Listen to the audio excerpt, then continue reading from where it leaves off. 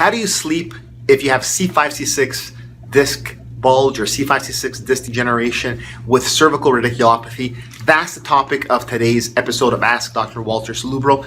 And what I do with these videos inside this video series is I will take an actual question from the comments in the comment section under my videos. It may be one of your questions, and if it's not today, perhaps in a future episode it can be if you leave a question in the comments below. But I'll take that question and answer it in a video format and upload it just like this here. So, and I'll do that each and every day. I promise to put a new video every day. That's my commitment, as long as I keep getting more engagement by you, my viewer, okay? So in today's episode, which is episode number 19 of Ask Dr. Walter Salubro, we're gonna talk about the cervical spine and also radiculopathy and sleeping positions. So this question comes from Judith, okay? Judith, this is what Judith asks. Hello, I have C5, C6 disc disorder with radiculopathy. What is the good position in sleeping? I had already seen your exercise videos. Thanks.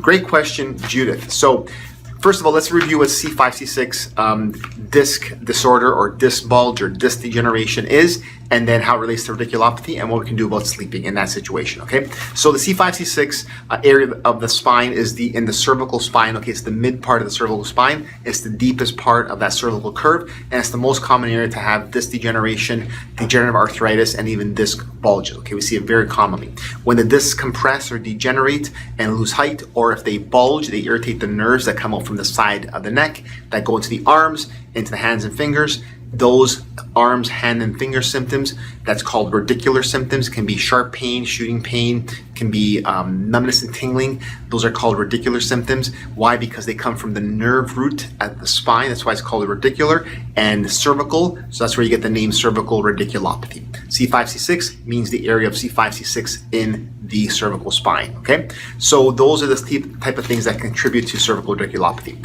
So one of the aggravating factors for cervical radiculopathy, especially at night, is if you sleep with your arms outstretched. So let's say you're on your stomach. You're sleeping on your stomach with your arm over your head or outstretched to the side. That will irritate and stretch those inflamed nerves from the neck and give those symptoms at nighttime, okay?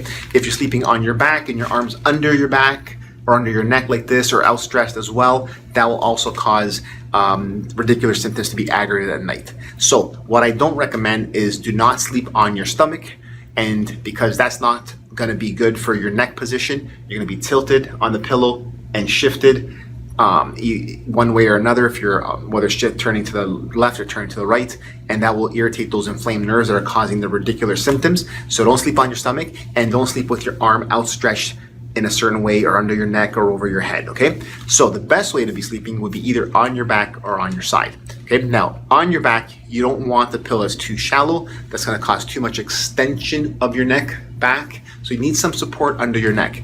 If your radicular symptoms and arm symptoms are aggravated by neck extension, then you don't wanna have much neck extension, because that can irritate those nerves that go into the hands and fingers. So you want a pillow that supports your neck pretty well, not having it go too far back down, and of course not going too far forward, so not too fluffy either, because that can also irritate those nerves into your arms.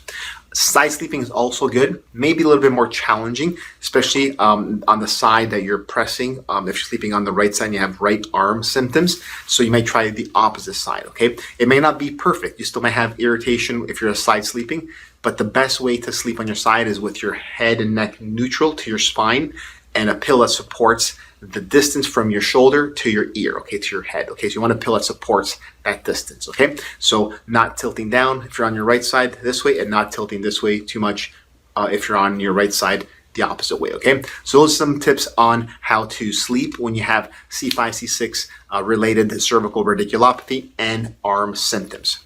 And if you like this video, be sure to comment below and let me know. Give it a thumbs up.